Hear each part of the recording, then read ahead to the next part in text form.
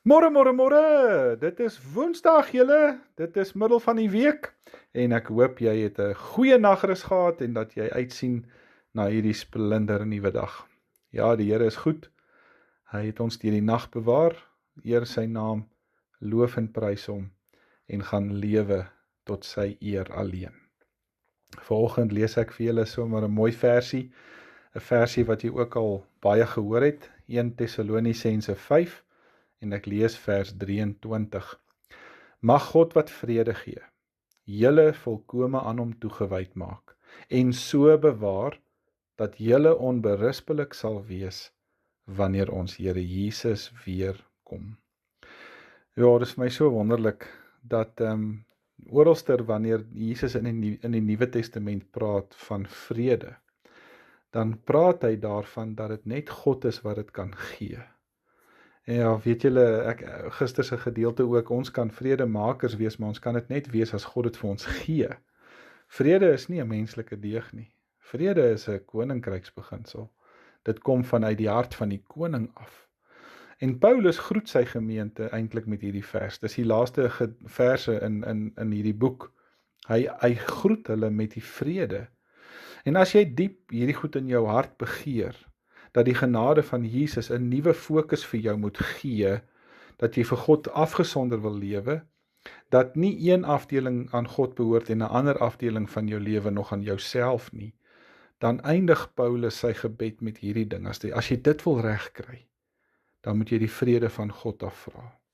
In vers 16 tot 22 staan daar, wees altyd vol blydskap, moenie ophou bid nie, wees in alle omstandighede dankbaar, want dis wat God van julle verwag.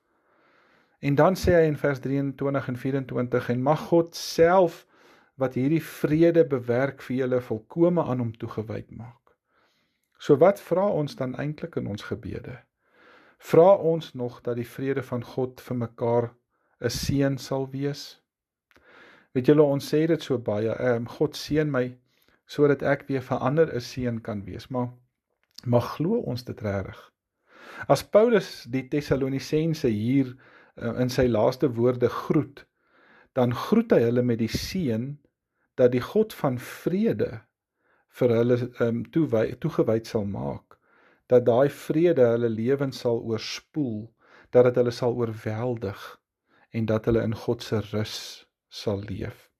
Daar's nie 'n groter seën as dit om te weet dat daar vrede tussen jou en God is nie. Weet jy, dit is nie daai soort vrede wat jou laat aankom soos 'n trein by 'n stasie, en nou het jy skielik gearriveer, nou kan jy maar net agteroor sit nie, en nou is dit verby nie. Nee, die God van vrede maak jou en my meer toegewyd, en dit veroorsaak dat ek en jy heiliger lewe, want dit is die Here se wil in ons lewe.